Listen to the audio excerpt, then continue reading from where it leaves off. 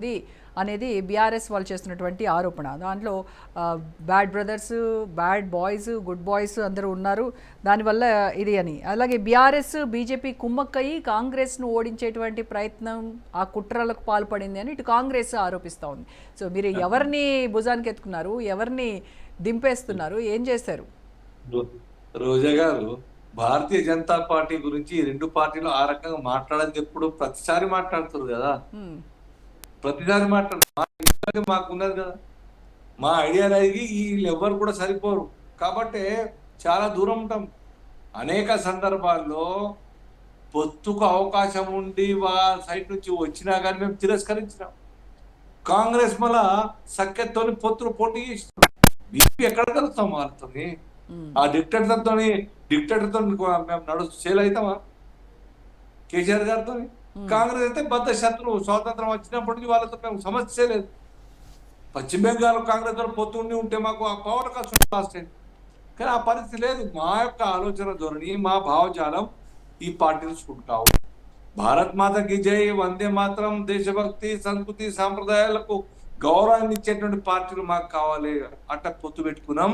కాంగ్రెస్ తో మీరు చెప్తున్నటువంటి శత్రుత్వం అది ఏదో పైకి చెప్పడానికే గానీ లోపల మాత్రం ఇద్దరు దోస్తాని నడుస్తానే ఉంది.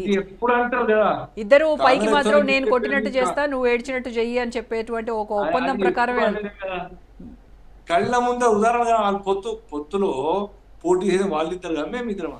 కాంగ్రెస్ బీఆర్ఎస్ చేసింది, టీఆర్ఎస్ చేసింది, పొత్తులో పార్ట్నర్షిప్ సర్కారే కొత్త కాలం, మేము కాదు కదా.